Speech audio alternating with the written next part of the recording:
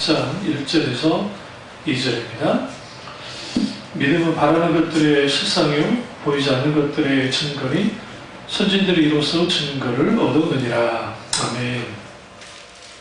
말씀 제목은 믿음과 신념 두 번째 시간 갖도록 하겠습니다. 우리가 지난주에 믿음과 신념의 근본적인 차이는 첫째로 믿음은 신념을 넘어선다고 말씀드렸고요. 두 번째는 신념은 한시적으로 있는 거지만 믿음은 영원하다고 말씀드렸습니다. 세 번째로 믿음은 말씀과 작용하고 신념은 감정과 작용합니다. 그러니까 우리가 하나님의 말씀이 우리 가운데 작용되어지는 것이 아주 중요합니다. 요즘 계속 저는 마태복음과 창세기를 다시 쭉 보기 시작하는데요. 쭉 보면 예수님의 말씀이 쭉 나갈 때 사람들의 반응들이 있습니다. 그들의 반응 속에 그들의 신앙 또한 이제 드러나요.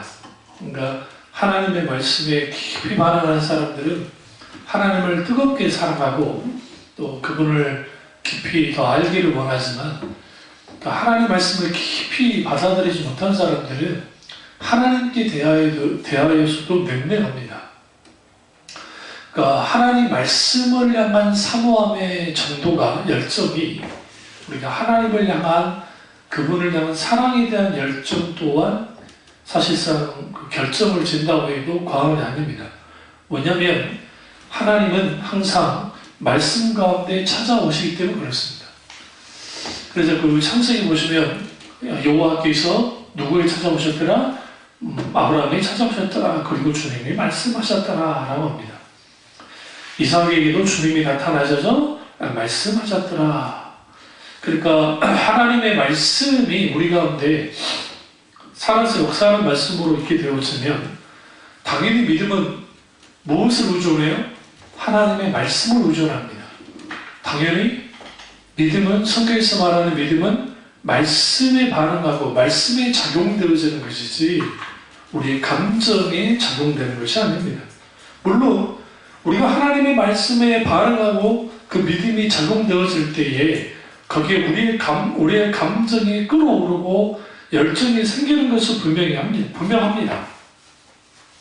그럼에도 불구하고 믿음은 자기 감정에 의해서 그 소위 말하는 그 성경에서 말하는 믿음이 좌우되지 않습니다. 신념은 철저하게 자기 감정과 관련되어 있기 때문에 자기 감정의 상태에 따라서 신념도 달라집니다. 그래서 자기 암시나 자기 그 감정 강화를 통해서 신념을 세우러 갑니다. 이건 인간적인 감정 조작에 불과합니다. 이게 오늘날 믿음이라 생각하니까 문제예요. 이런 거는 교회가 아니라도 가능해요. 그러니까 어떤 그 멀리 갈 것도 없이 북한에 세뇌교육을 시키잖아요. 그 세뇌교육을 시켜서 북한에 뭐 김일성이 또 뭐 김정일이 김정은이 우서 작업을 합니다. 그런데 저 김정은이가 너무 어리니까 그 북한 주민들이 먹히질 않는 거예요. 그러니까 저 김정은이가 엄청나게 신경 쓰는 것이 뭐냐면 타가소예요, 타가소. 그러니까 그 북한은 거의 뭐 우리나라가 그 중학교까지 의무교육이잖아요. 그런 것처럼 북한은 타가소의 아이들을 대부분 거기에 맡깁니다. 그러니까 막 거기서 키워요.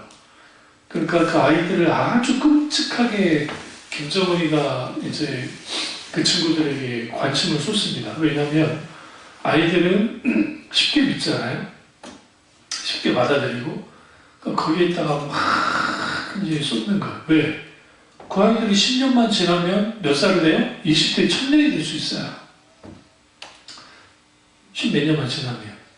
그러면 김정은이 나이가 40대 중반 혹은 50대 되면 그 애들이 세대된 아이들이 나오면 그 아이들이 총알바지 충분히 할 수 있잖아요. 그러니까 거기에 아주 신경을 씁니다. 근데 북한에 있는 지금 그 청소년들이 김정은이 말 안 듣는다잖아요. 왜냐하면 그 하도 이제 할리우드라든지 한국의 막 드라마라든지 음악들이 많이 들어가니까 그 영향을 받는 거예요. 그리고 우리나라 너무 잘 사는 걸 알기 때문에 생각보다 그러니까 잘 안 된다 하면서 이제 세뇌교육이 안 된단 말을 하지만 그럼에도 불구하고 계속적으로 감정을 조작을 하면 사람들은 그런 줄 압니다. 제가 어렸을 때 우리 마루치 아라치에서 김일성이가 돼지로 나오잖아요. 생각나세요? 그래서 우리는 늘 방공 포스터 그릴 때 북한 사람들은 뿔나는 괴물처럼 그렸어요. 근데 놀라운 것은 북한도 그랬더라고요. 북한도 미국 있잖아요. 메가저 장군을 막 악마, 막 뿔 달린 악마 그렇게 막 그리게 했다고 하는데 마찬가지입니다. 어떤 거를 세뇌시키고 그 감정을 조작을 하면서 사람들을 계속 끌어당기기 시작하면 그 신념이 마치 믿음처럼 드러나요.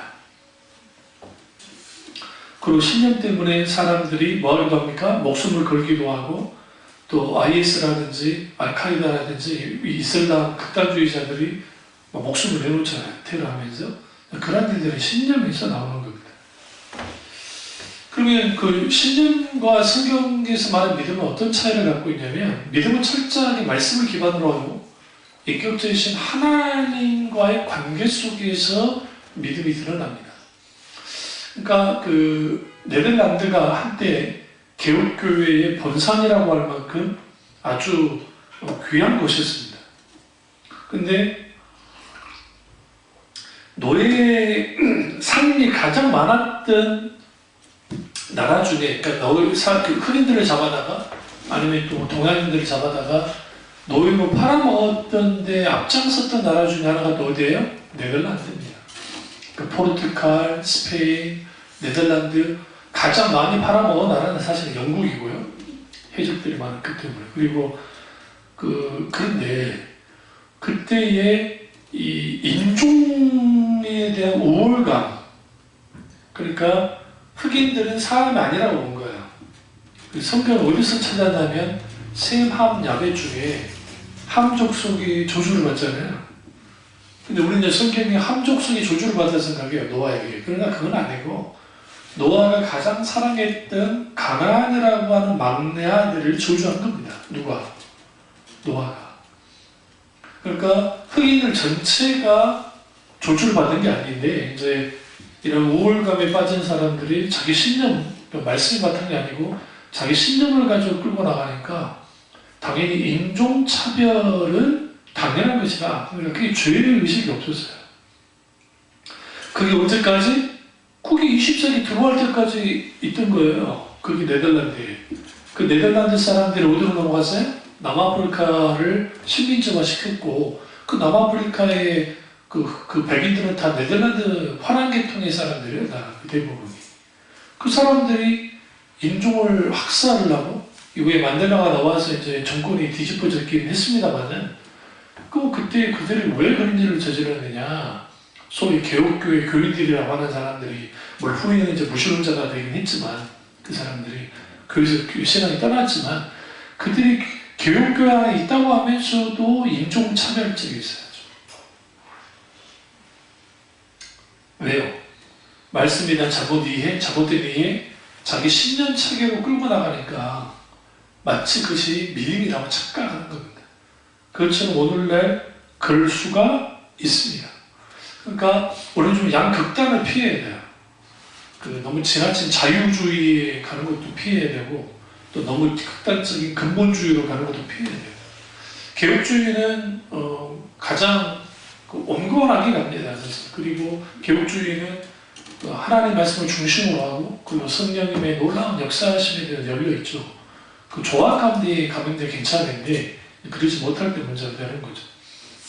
그리고 여기서 우리가 한 가지 이제 알아야 될 건 뭐냐면 신념을 가지고 소위 말하는 교회생활 혹은 신앙생활 하는 사람과 성경에서 말하는 믿음을 가지고 신앙생활 하는 사람들은 어떻게 차이가 날까요?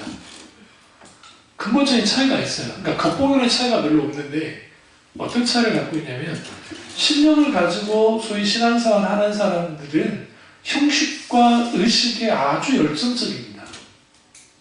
그러니까 형식과 의식만 잘하면 되고, 그리고 이제 그 나라마다 특징들이 있는데, 한국 사람들은 우리는 정성을 다해야 한다고 하는 그런 그 공덕 신앙이 우리는 기본적으로 깔려 있습니다. 왜냐하면 우리는 불교와 유교의 영향을 받으면서 수천 년 동안 그 영향 가운데 있었기 때문에 내가 기독교인이긴 하지만 생각하는 방식, 행동하는 게 불교와 유교를 잘 떠나지 못해요. 그러니까 그런 속에서 내가 이제 의식과 형식, 그리고 내가 정말 정성을 들여서 이렇게 예배를 드리고 기도하고 하나님께 이렇게 하면 하나님이 복 주시고 천국까지 가게 해주실 거라라는 생각을 가지고 붙듭니다. 거기에 있다가 미국식 잘못된 이제 본용주의나 적극적 사고 방식이 짬뽕이 되고, 또 한 교인이, 잘 들으세요? 한 교인이 그 신앙을 형성하는 데 있어서 그 어떤 식으로 신앙이 형성이 되냐면, 익혀주신 하나님을 말씀에서 만나서 그 말씀에 놀라운 은혜를 받고 깨달음이 있고, 그리고 그 목양하시는 담임 목사님의 신앙, 아주 좋은 부분들을, 나쁜 부분은 그렇다 치더라도 좋은 부분들을, 신앙의 어떤 유산들을 같이 쫙 받아가면서 그리고 거기서 자라나면 괜찮은데, 한국교회는 예전에 뭐 60년도, 70년도, 80년도, 90년도 지금 이르기까지 대부분이 좀 믿음이 좀 있다고 하는 목사님들, 좀 큰 교회 목사님들의 설교를 여기저기 듣고, 그리고 여기서 듣고 저기서 듣고 저기서 듣고 저기서 들은 것을 짬뽕을 해가지고 자기 신앙 체계화시켜요. 그 자체가 무조건 나쁘다고 할 수는 없어요. 근데 이제 뭐가 문제가 되냐면 어떤 분별도 하지 않고 받아들이는 거예요. 그러니까 큰 교회 목사님이 설교했으니까 그거는 당연히 옳은 것이다 라고 진리다 생각을 받아들여버리는 거예요. 또 유명한 분감사 목사님이니까 그 설교는 다 맞는 거라고 생각하고 받아들여버려요. 그리고 그런 것이 차곡차곡 쌓여집니다. 왜? 분별력이 없으니까요. 이쪽으로. 말씀이 굳게 서야 분별력이 생겨요. 말씀 기준에 서야. 그러니까 그렇게 쌓여진 상태에서 이제 교회에서 교회 생활을 해요. 교회 생활을 하다 보면 거기서 그 행동하는 거, 말하는 거, 이게 세상 사람과 큰 다른 바 없이 이제 그리고 전통은 나쁜 거 아니에요. 그러니까 예수님도 그 전통 자체를 문제 삼은 게 아니에요. 사실은. 그 전통을 어떻게 바꿔놨어요? 장로의 유전 혹은 사람의 전통으로 바꿔놨잖아요. 그러면서 전통이 뭐를 뛰어넘었어요? 하나님의 말씀을 뛰어넘는 것을 문제 삼은 거예요. 너희가 오히려 하나님의 말씀을 없애버리잖아요. 전통을 내세우면서. 그러니까 신앙 좋은 전통 뭐가 나쁘겠어요.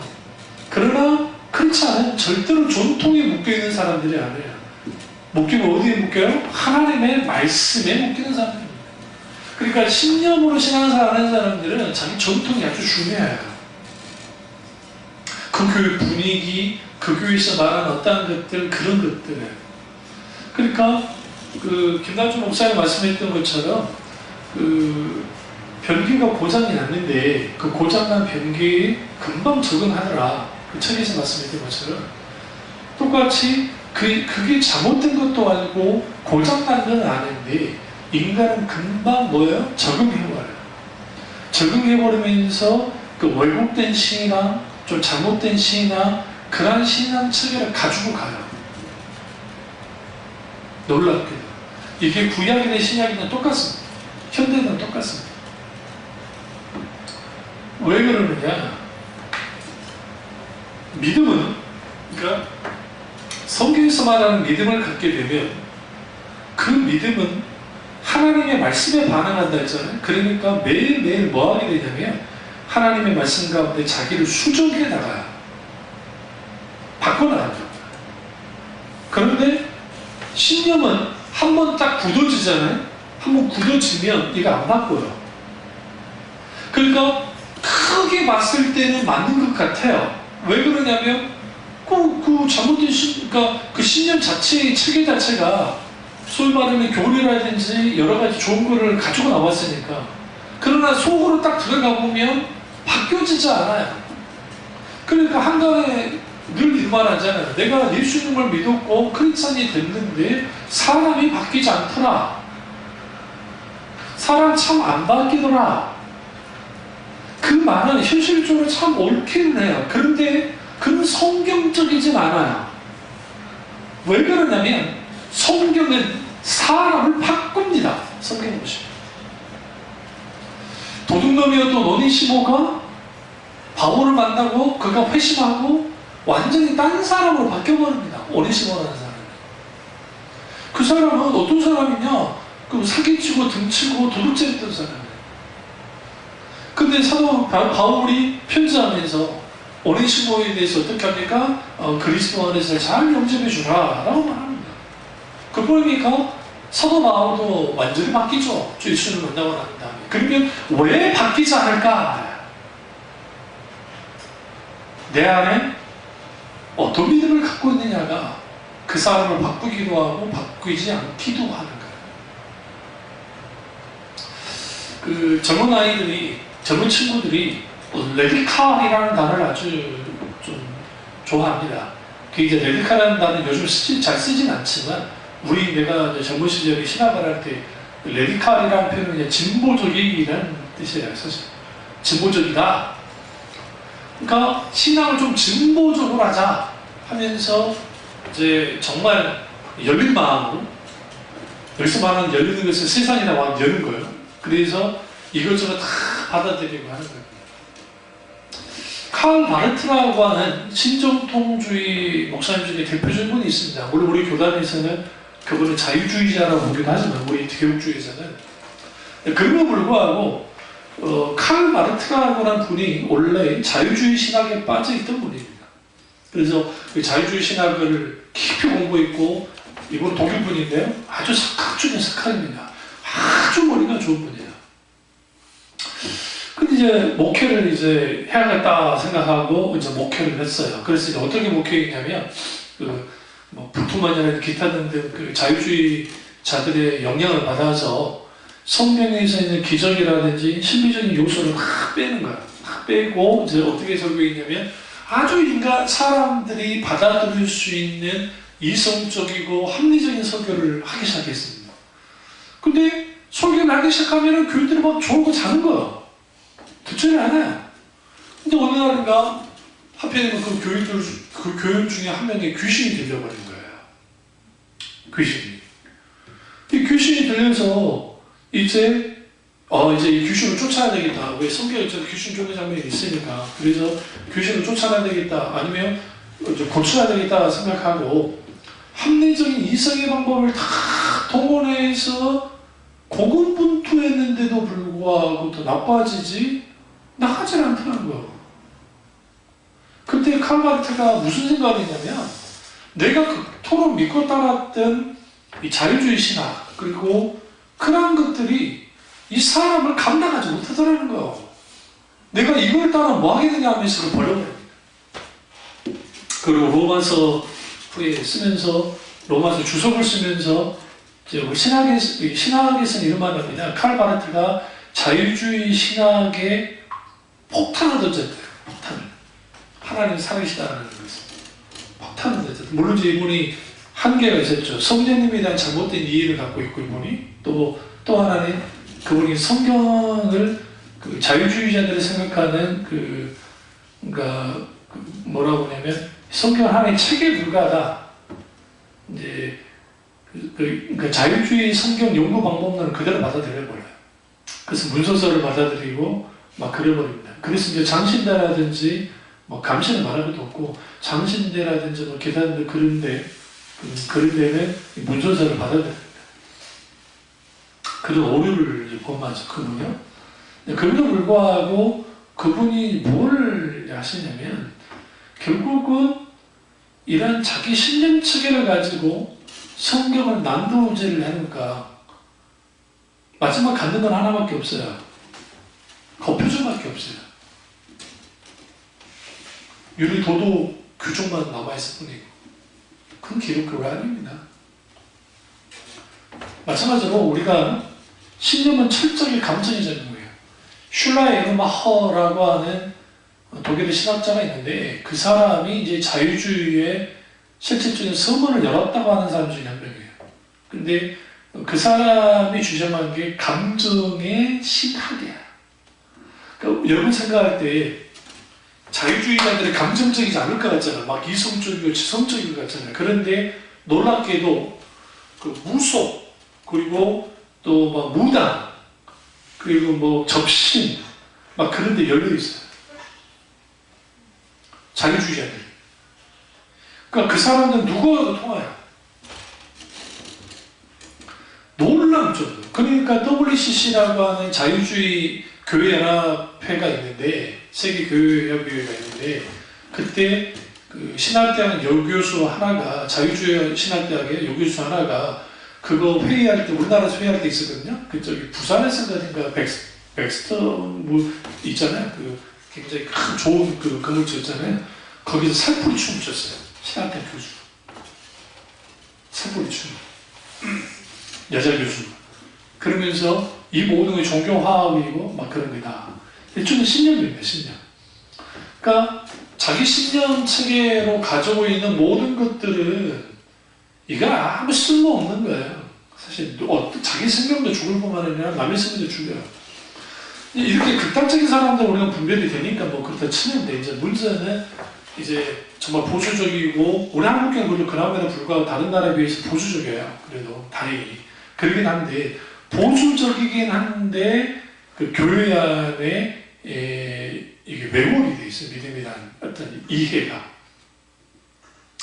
그 어떤 식의 이해가 이제 되어 있냐면, 내가 믿으면, 이제 내가 나 믿겠다 결단하고 내가 믿겠습니다 라고 하는 거예요. 근데 이제 참 믿어지지 않잖아요. 그러니까 이제 믿습니다, 믿습니다 하면서 기도하면서 하나님 내게 믿음 주시고 내가 믿습니다. 그걸 믿기를 원합니다. 믿게 해주십시오. 믿기를 원합니다. 막 계속 그러는 거예요. 기도를 하는 거예요. 믿어질 때까지. 그런데 어느 날에는 믿어지고 어느 날에는 안 믿어지는 거야. 이게 이제 문제인 거야. 그러니까 내가 기도 좀 많이 하고 막 뭔가 좀 막 기분이 좀 좋아지고 하면 내가 믿어지는데, 그게 안 되면 안 믿어지는 거예요. 그럼 왜 그럴까? 믿음은 철저하게 말씀에 의존하고 말씀에 반응하고 말씀에서 우리의 믿음이 다 좌지우지돼요. 하나님의 말씀이 우리 지성에 작용해야 돼요. 그래서 진짜 믿음의 사람은 말씀을 가까이 할 수밖에 없어요. 성경을 읽는 건 당연한 것이고 말씀을 들으려 해야 돼요. 왜 그러냐면, 믿음은 들음의 사람이 들으면 그리스도의 말씀으로 만난다고 하는 로마서 10장에 있는 그 말씀이 그냥 나온 게 아니에요. 철저하게 하나님의 말씀이 우리 가운데 주어질 때 거기에 인격체신 하나님을 만나게 되고, 그 하나님을 만나게 된 그 반응으로서 믿음이 생기는 거예요. 하루아침에 갑자기 막 생기는 경우는 아니에요. 그러면 이제 여기서 조심스러운 게 뭐냐면, 구원파처럼 뭔가 깨달아야 되느냐 하는 거예요. 박국수 씨가 깨달음의 비밀에 대한 말하면서, 그리고 그 JYP가 박진영 씨가 자기가 뭐 말씀을 깨달았는데 그걸 통해 자기가 이제 정말 그 비밀을 깨달아서 믿음을 갖게 됐다. 그냥 묻고 싶어요. 그러면 그 친구가, 그 사람이 그 교회와의 어떤 관계를 갖고 있냐 하는 거예요. 본인하는 말은 나는 교회를 나가지 않고 신앙생활을 하겠다라고 나온 겁니다. 이게 비정상이에요. 물론 이런 경우는 있었어요. 예수님 당시 예수님을 따르지 않는데 귀신을 쫓아내고, 예수님의 이름으로 귀신을 쫓아내고 예수님의 놀라운 역사를 했던 사람들이 있습니다. 그 사람들이 예수님을 찾아왔어요. 그러니까 사도 요한이 화가 난 거예요. 왜 화가 났냐면, 저들이 예수님을 따르지도 않는데 어떻게 예수님이 저들을 만나시려고 합니까? 그러니까 예수님이 뭐라고 말씀하시냐. 그러니까 그들이 하는 일을 막으라고 막 그래요. 그러니까 예수님이 뭐라고 하냐면, 나를 마하지 않는 자, 나를 대적하지 않는 자는 그대로 두라라고 주님 말씀하십니다. 그러나 여러분, 그 그렇게 예수님을 그러니까 예수님을 직접적으로 그러니까 예수 공동체 안에 들어오지 않았던 사람들이 있긴 있었지만 그러나 그들은 역사상에 다 사라졌어요. 잘 생각해 보세요. 결국은 그들도 많은 신학자들이 어떻게 이해하냐면 그들도 예수 공동체, 교회 공동체 안에 들어올 수밖에 없는 것이고 또 하나가 있어요. 뭐가 있냐면요. 세례요한의 제자들이에요.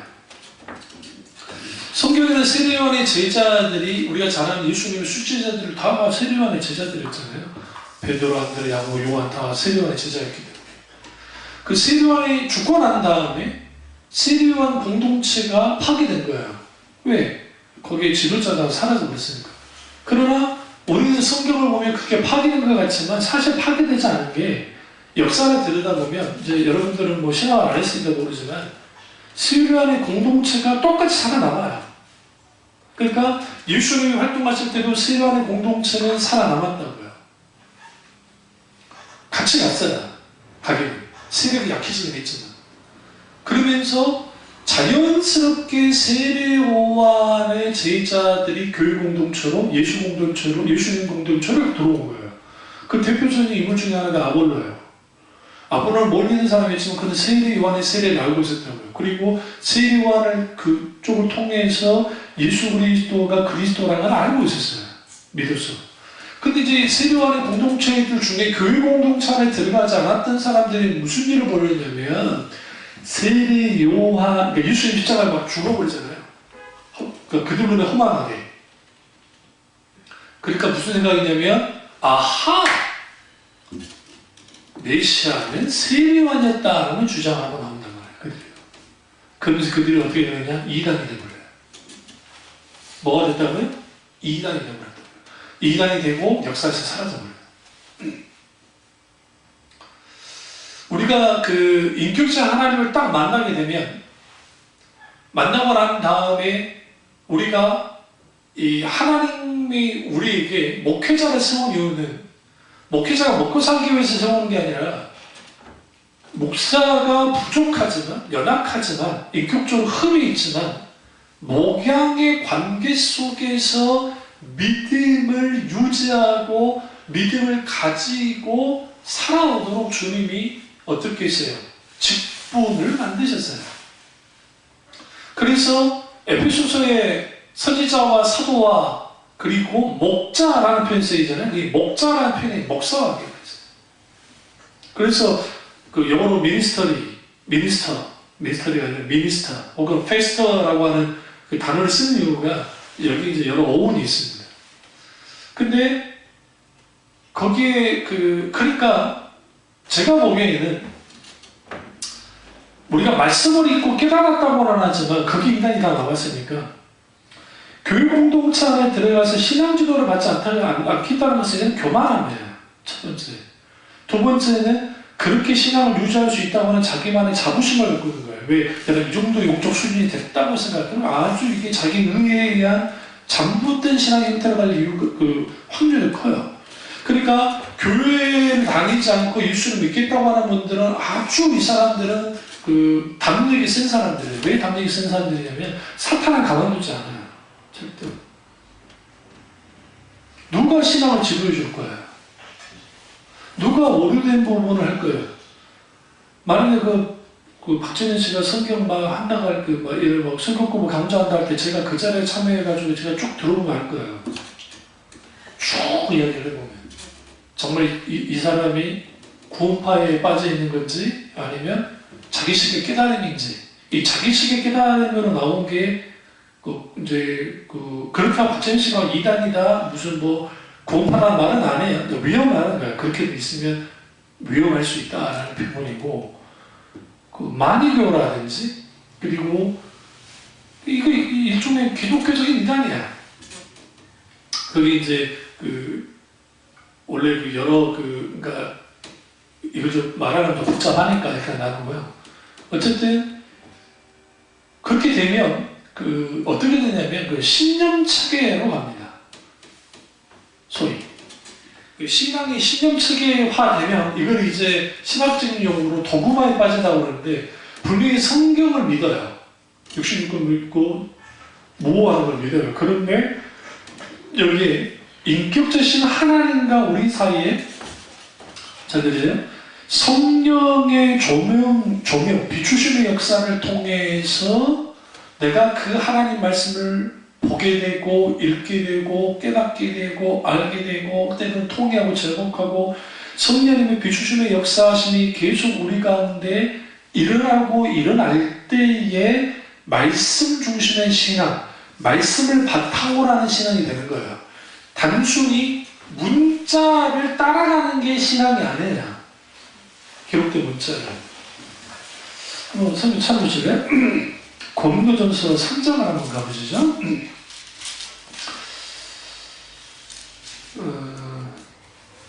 고린도전서 3장인가요? 저희가 착각했나 본데. 일단 뭐를 이제 말씀드리려고 하냐면, 우리 신앙은 문자에 의한 신앙생활이 아니라는 것을 말씀드리려고 해요. 그러니까, 결국 믿음은 의문에 있지 않고, 성령님에 의해서 모든 신앙이 좌지우지 되게 되어 있습니다. 그러니까, 소위, 맞네요. 고린도 후서 3장이에요. 전세가 아니고. 고린도 후서 3장, 3절, 그 다음에 6절을 읽어보겠습니다. 너희는 우리로 말미암아 나타난 그리스도의 편절이 이는 먹으로 쓴 것이 아니요 오직 살아계신 하나님의 영으로 쓴 것이며 또 돌판에 쓴 것이 아니요 오직 육의 마음판에 쓴 것이라. 예수 중요합니다. 우리의 편지라 하면서 하나님의 복음의 말씀, 그 하나님의 말씀이 우리의 마음판에 새겨졌다는 거예요. 그런데 6절을 보시면 그가 또한 우리를 세워 언약의 일꾼되게 만족하게 하셨으니 율법 조문으로 하지 않고 오직 영으로 함이니 율법 조문은 죽이는 것이요 영은 살리는 것입니다. 여기서 율법 조문으로 하지 않았다라는 것은 소위 기록된 문자로 하지 않았다는 거예요. 일종의. 그러니까 성경은 뭘로 기록되어 있어요? 글로 기록되어 있잖아요. 글로. 그러면 지금 현재 신령으로서의 믿음이 뭐와 관계 있냐면 이 신령으로서의 믿음은 율법주와 아주 밀접한 관계를 갖고 있어요. 인본주의도 마찬가지고.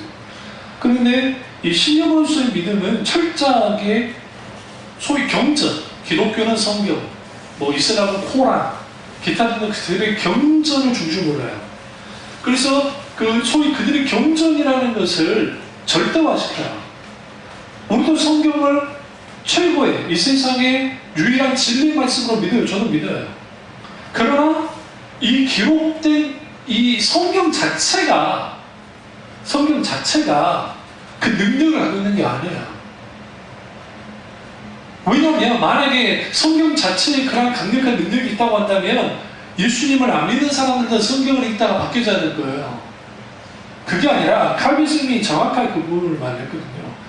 뭐라고 했냐면 성경이 우리에게 진정한 성경이 되려면 성령님의 놀라운 조명하심의 역사가 있어야 된다는 거예요. 그 성령님의 조명하심의 역사가 있을 때 비로소 우리에게 살아서 역사하는 66권의 오류가 없는 이 놀라운 말씀의 역사가 일어나는 거였어요.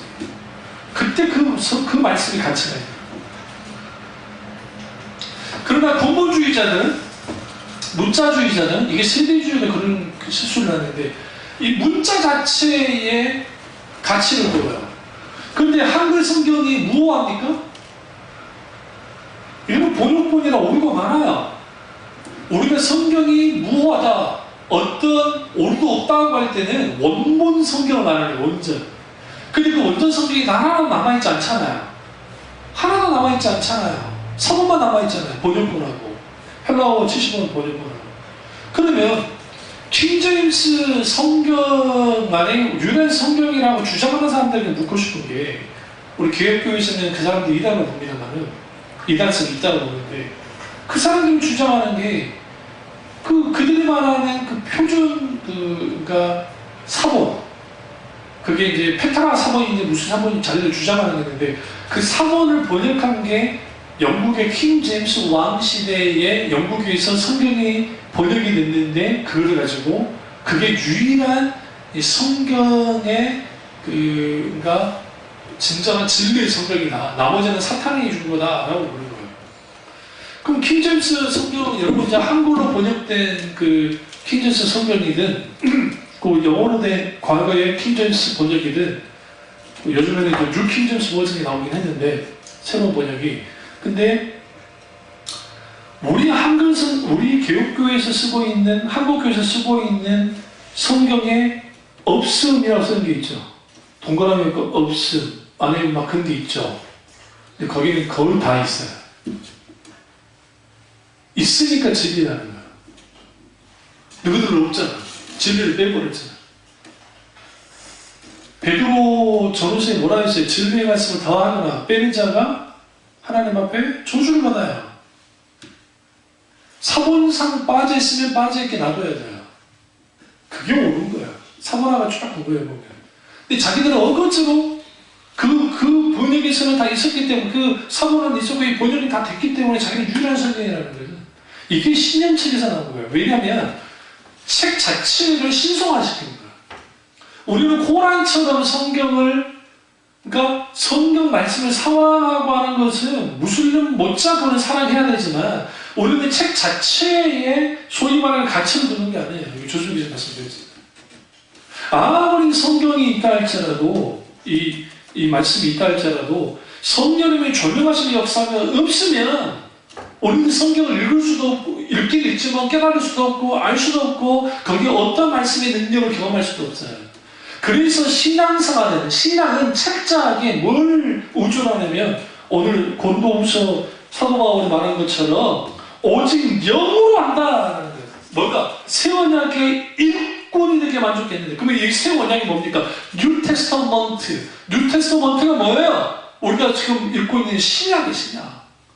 신약의 사람들은 우리 모두는요 잘 들으세요. 우리 모두는 다 신약의 사람들이에요. 성경에 마찬가지 동시에 우리 신약의 사람들.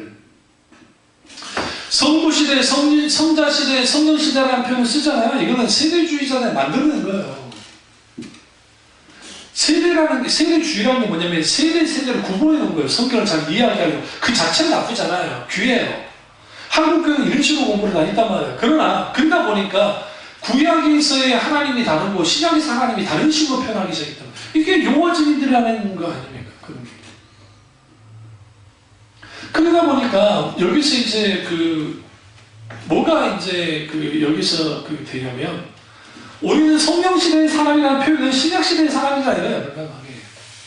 신약 성경이 정교로 완성됐고 더 이상 계시는 없지만 그리고 우리는 정말로 재림을 바라보면서 예수님의 재림이 이제 있을 것을 믿고 이제 신앙하는 거죠. 하나님 나라 중심으로 백성으로서. 그런데 여기서 중요한 게 영으로 한다는 거예요. 여기서 영은 성령이에요. 성령님의 놀라운 조명하심의 역사가 없으면 우리의 믿음은 정상 작동하지 않아요. 왜? 말씀을 깨달을 수 없으니까. 그리고 이제 이걸 어디다 갖다 두냐면 사람들의 성경을 문자적으로 봐요. 문자적으로 읽어요. 문자적으로 해석해버려요.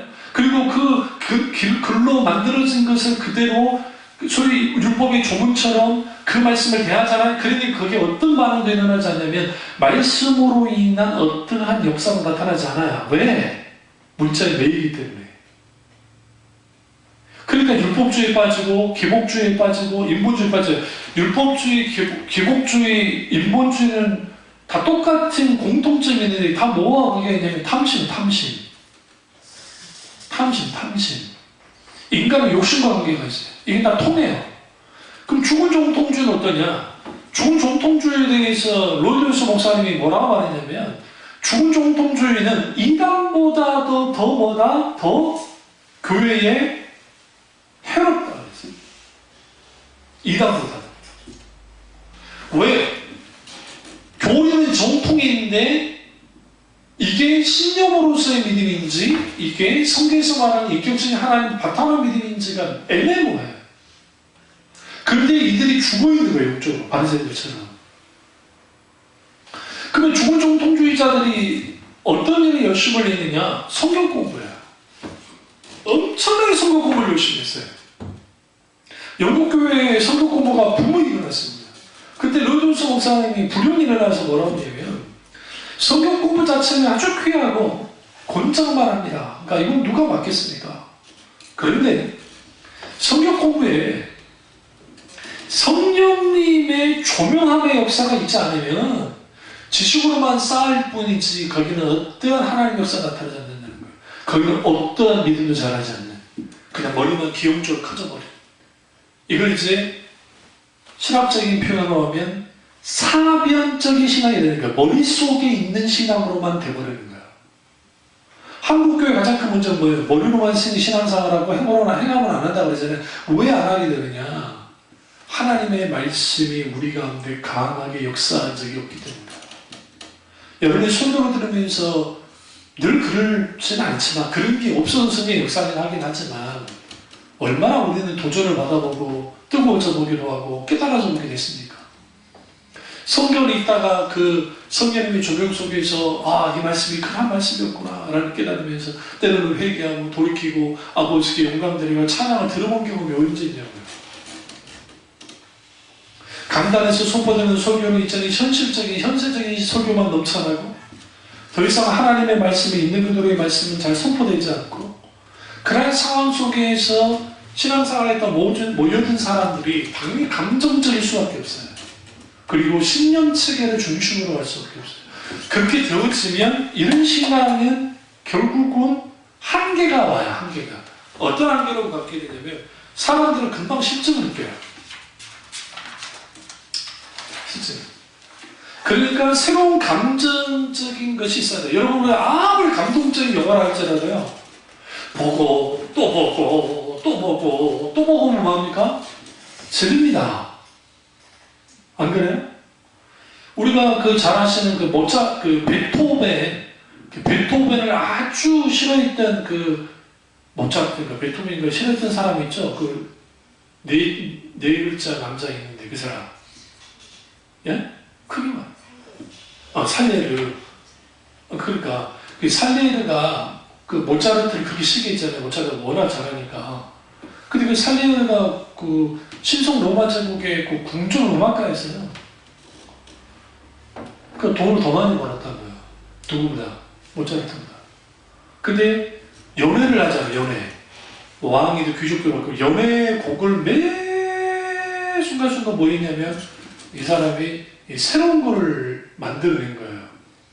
근데 지금까지 살레르의 작품이 전해져요? 안 전해져요? 안 전해져요. 마치 이 시대에 흘러가는 유인가처럼 취급받아서 안 돼. 근데 베토벤이 모차르트가 남긴 수많은 걸작들 있잖아요. 그게 지금도 계속 전해되죠. 제가 무슨 말씀 드리려고 하냐면 그 모차르트의 작품을 후에 음악가들이 그대로 연주하는 게 아니에요. 자기식으로 또 해석하면서 새롭게 줘요. 우리는 클래식에 대한 문외한들이니까 잘 모르는 거지, 그걸 계속 잘하는 사람들은 이게 어떤 누군가가 연주하는 거, 누가 연주하는 거, 그게 다 다르대요. 완전히 다르대요. 우리가 하나님의 말씀을 딱 다가갈 때에도 마음과 진리의 말씀이고 분별하고 이 말씀 자체는 분명하게 살아 적사하는 역동적인 생명이라는 분명한 사실이에요. 그럼에도 불구하고 성령이 조명하심 속에서 그 말씀을 깊이 깨닫고 아는 일들이 우리 가운데 일어나지 않으면 우리의 믿음은 어떠한 상황 속에서 자라나지 않아요. 믿음에 대한 삶을 사는 것은 불가능해요. 왜? 결국은 믿음에 대한 삶은 하나님의 말씀과 성령의 놀라운 역사가 있을 때 가능하기 때문에 그렇습니다. 이러한 사실을, 이거를 깊이 하지 않으니까 신앙생활을 어떻게 하냐면 들어와가지고 선배들이 하는 거 그냥 답습해서 그냥 하는 거예요. 이렇게 하는 거야. 그냥 하면 돼. 하면 돼. 이 말씀 끝내겠습니다. 이규수 목사님이 어떤 분이 그 교회로 이제 등록을 했는데 집사님이 등록을 하셨어요. 이사를 와가지고.